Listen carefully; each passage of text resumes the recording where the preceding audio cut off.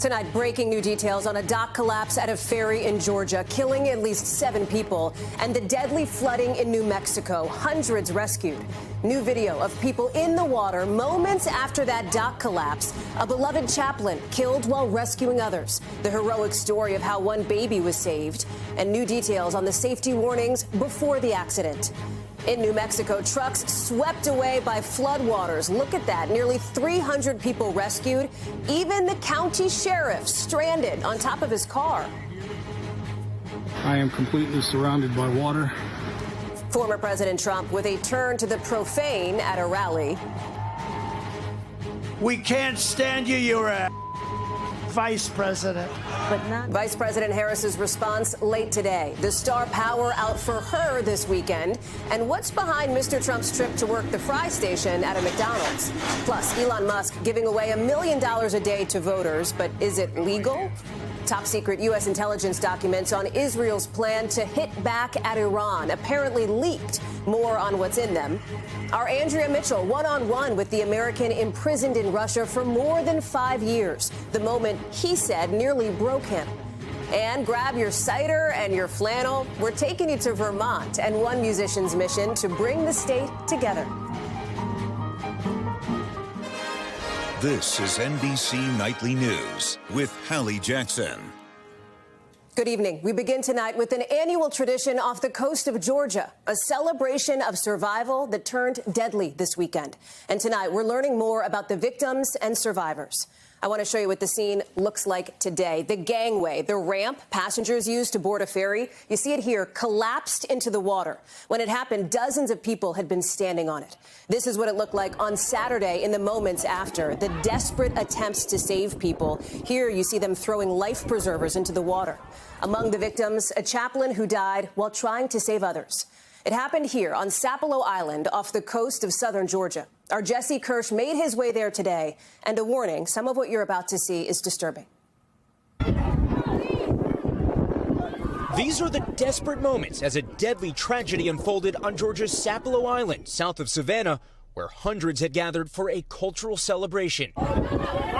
Bystanders rushing to help after officials say a ramp leading to a ferry collapsed Saturday, plunging roughly 20 people into the water. This floating dock is supposed to have a gangway that extends over to the mainland, but look what's left of the gangway. It is now mostly submerged underwater. Officials believe that it suffered a catastrophic failure on Saturday, leading to at least 7 deaths. Among those lost, a state chaplain, Dr. Charles Houston, his daughter heartbroken. My dad was the light of our family. He was a rock. Marsha Armstrong says she heard the gangway buckle and fell in the water. Then a stranger saved her life. God sent me an angel. She said, I got you, don't worry, just float.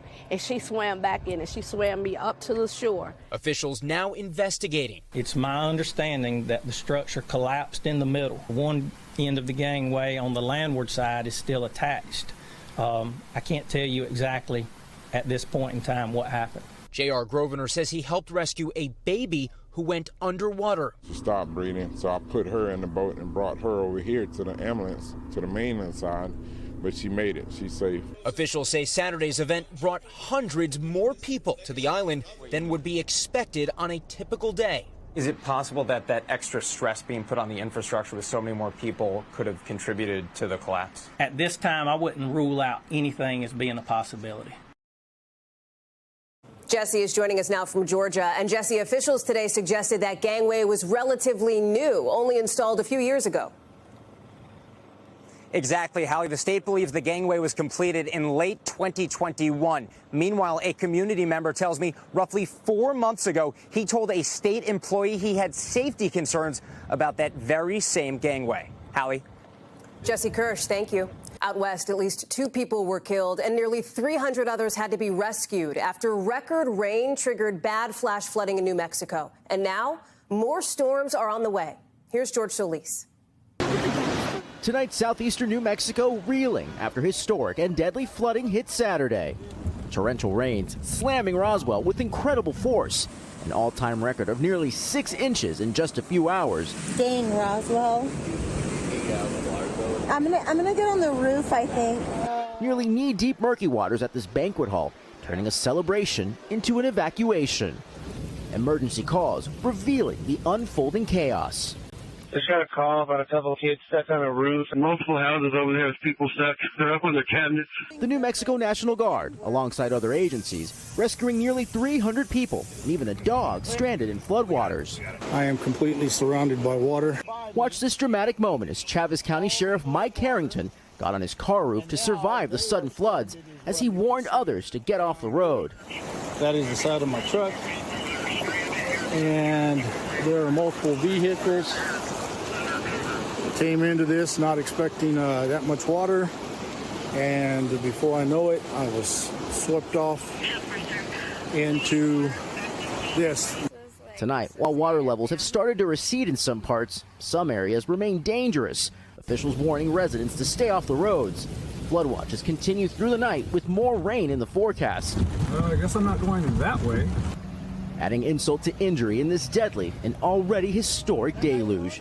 George Solis, NBC News. With just 16 days until the election, Vice President Harris is now responding to the profane comments former President Trump made about her, with new questions tonight about the legality of Trump supporter Elon Musk giving out $1 million a day as part of a turnout push in Pennsylvania. Dasha Burns is in that battleground with the former president. Here's that song. Tonight, former President Trump taking questions from Pennsylvania voters at a town hall. We're going to bring them over directly to After taking over the fry cooker at a McDonald's in the suburbs outside Philadelphia, looking to push his unsupported claims that Vice President Harris lied about working at the fast food chain when she was in college. She talked about the heat. It was so tough. She never worked at McDonald's. His attacks against Harris increasingly dark and profane, saying this at another Pennsylvania campaign event on Saturday night. We can't stand you. You're a vice president. The worst. You're the worst vice president. Kamala, you're fired. Harris responding to those comments tonight on MSNBC. What you see in my opponent, a former president of the United States, really is, it demeans the office. Trump also making headlines for kicking off that rally in the town of Latrobe with the 12-minute monologue about hometown hero golfer Arnold Palmer, which took a bizarre turn when Trump described the late Palmer's anatomy. When he took showers with the other pros, they came out of there, they said, oh my God, that's unbelievable. With 16 days to go, tech mogul Elon Musk making a surprise pledge while stumping for Trump in the Keystone State, launching $1 million giveaway for voters who signed his petition in favor of free speech and the right to bear arms. We're going to be awarding $1 million to randomly to people who have signed the petition every day from now until the election. Pennsylvania Governor Josh Shapiro chiming in this morning on Meet the Press. You are a former attorney general. Is this legal? I think there are real questions with how he is spending money in this race, how the dark money is flowing, not just into Pennsylvania, but apparently now into the pockets of Pennsylvanians. Dasha is joining us now. And Dasha, Mr. Trump is next heading to a battleground where he's playing defense. Yeah, Hallie, he'll head to North Carolina tomorrow, a state that Democrats haven't won since 2008, but now is very much in play. He'll have 3 campaign stops, starting in Asheville, where he'll tour the damage and devastation caused by Hurricane Helene. Hallie. Dasha Burns, thank you. Vice President Harris was joined this weekend by some of the biggest pop stars out there in a push to try to turn out the early vote. And in the week ahead, she'll be joined by some of the biggest stars in the Democratic Party. Ali Rafa is traveling with the vice president tonight. Ali, good evening. Hallie, good evening. Vice President Harris spent her 60th birthday visiting Atlanta churches, encouraging congregants to vote as she leans on stars like Stevie Wonder, Lizzo, and Usher to energize more voters in key swing states. Former President Obama among those lending a helping hand, deploying to Michigan and Wisconsin this week before campaigning with Harris for the first time on Thursday here in Georgia. The VP preparing to barnstorm blue wall states with Republican Liz Cheney on Monday to target another key group, anti-Trump Republicans. Hallie? Ali Rafa, thank you. And I'll be sitting down to talk with Vice President Harris on Tuesday in an exclusive interview you'll see right here on Nightly News. More to come on that. To the Middle East now, where Israel's launching a barrage of strikes on Lebanon late tonight as U.S. officials try to track down how top-secret intelligence about Israel's plan to hit back at Iran apparently leaked. Matt Bradley is in Beirut for us tonight. So, Matt, what are you seeing on the ground there? Yeah, Hallie, well, it's another loud and violent night here in Beirut. We've been watching these explosions lighting up the skyline behind me for hours. Now, the Israelis are once again pounding Hezbollah targets throughout the country, but tonight they have a specific target in the crosshairs, the Al-Qard Al-Hassan Foundation. Now, Israel's military accuses Iran of trying to finance Hezbollah's operations through these foundations. And, Matt, what else do we know about this apparent secret document leak? Yeah, well, 3 U.S. officials told NBC News they're trying to figure out how these documents got out in the first place. Now, these are reports about Israeli plans to retaliate against that Iranian missile salvo earlier this month. And they describe Israeli air exercises rehearsing for a strike on Iran and how Israel is moving its missiles around the country. Now, these documents, they don't really go into details about how or when the Israelis might attack Iran, but they do say that there's no indication that the Israelis are going to be using nuclear weapons. Hallie? Matt Bradley, thank you. A major crisis in Cuba just got more serious tonight with a hurricane making landfall during a nationwide blackout. Cuba taking a direct hit from Hurricane Oscar tonight, a Category 1 storm, even as millions of Cubans are still in the dark 3 days after the whole island's power grid went down. Some Cubans have resorted to cooking by fire outside today to prevent food from rotting since there's no electricity.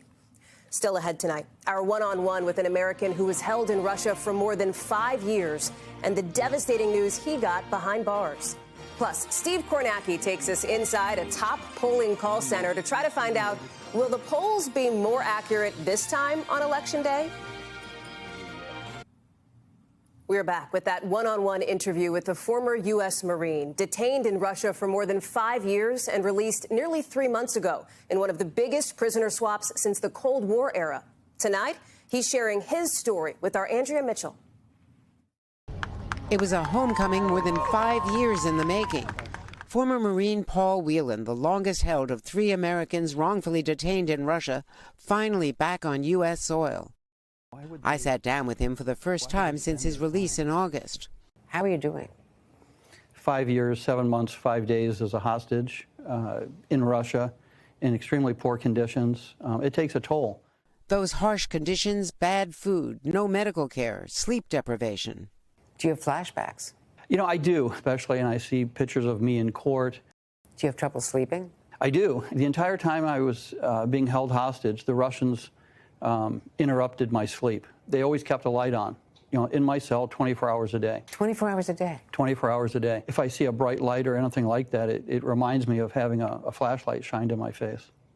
Wheelan was in Moscow for a friend's wedding in 2018 when Russian agents stormed his hotel room. He was charged with espionage. Did they try to make you give a confession? They did several times. I was in Lefortova prison. It's known for the shooting gallery, where they would take prisoners to shoot them. As a Marine, Wheelan had served 2 tours in Iraq. He was well-trained, resilient. But to Vladimir Putin, he was a valuable pawn for prisoner trades. While Wheelan waited, the U.S. swapped a Russian drug dealer for former Marine Trevor Reed, and then a notorious Russian arms dealer, Victor Bout, for basketball star Brittany Griner. Both had served far less time than Wheelan. The only time that I really felt that I was abandoned was the second time that I was left behind. It was devastating to hear the news. Did you ever think of suicide? No, I was fighting too much. I knew I was a hostage. I wasn't going to give them the satisfaction of me committing suicide. Were there moments of total depression and distress? Yeah, I think the worst was when my dog died. That meant that when I got home, it wasn't going to be the same home that I left. Now he's free, and when he arrived, a gesture from the president.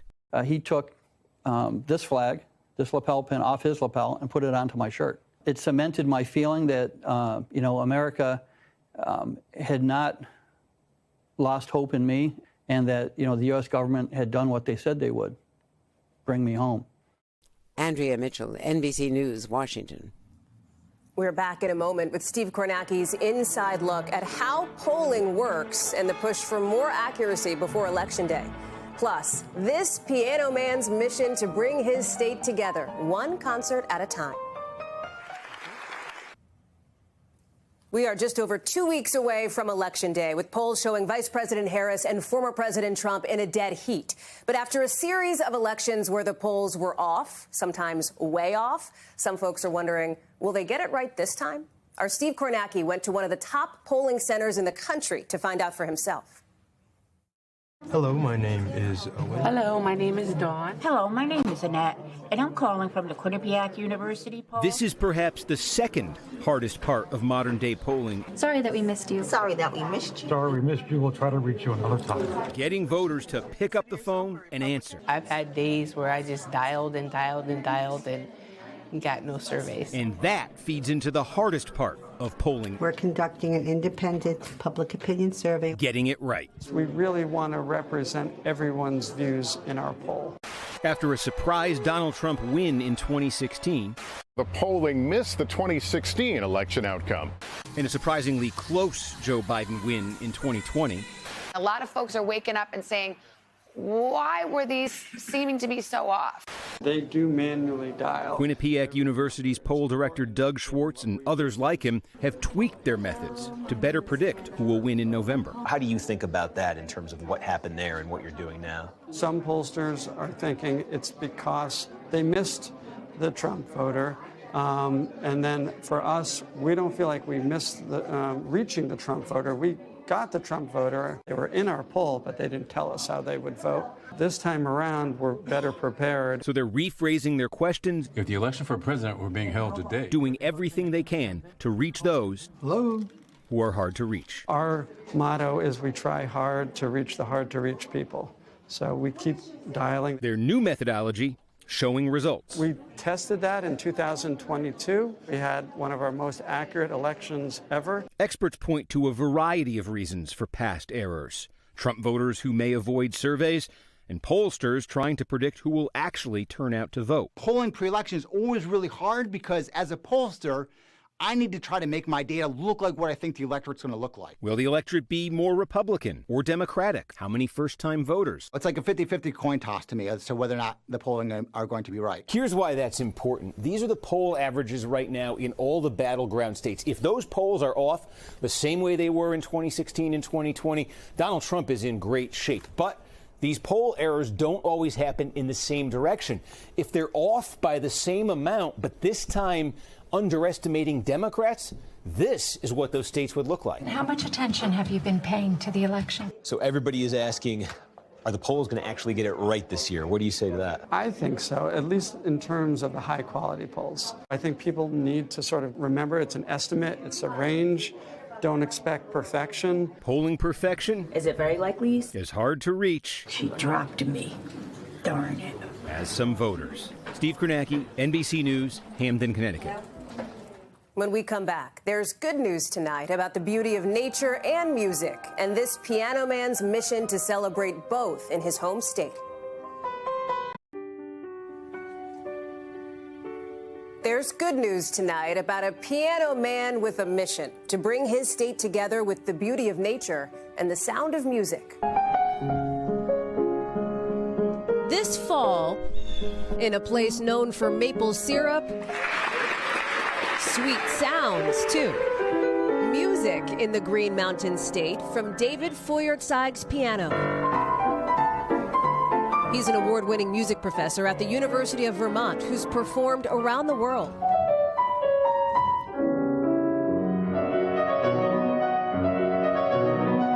His stage now? Every single one of Vermont's more than 250 towns. It's a project he started 2 years ago called Play Every Town.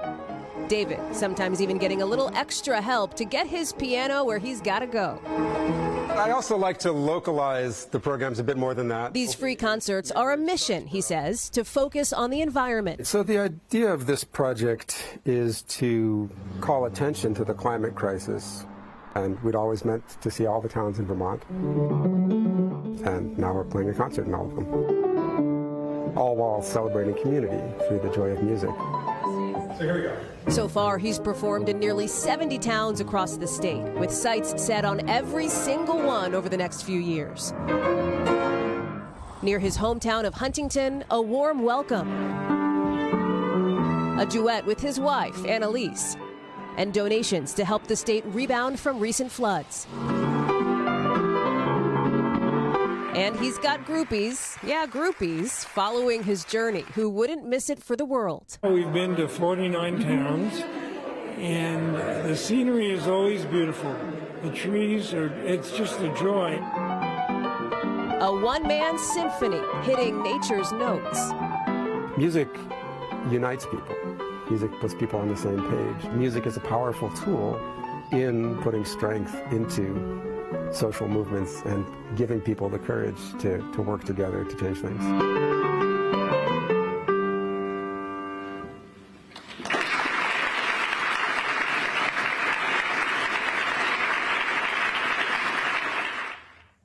And by the way, David performed show number 68 in Springfield just today. That's nightly news for the Sunday, but we've got Sunday Night Football right after this with the Jets versus the Steelers. Lester will be back tomorrow. I'm Hallie Jackson. For all of us here at NBC, thanks for watching and have a great week.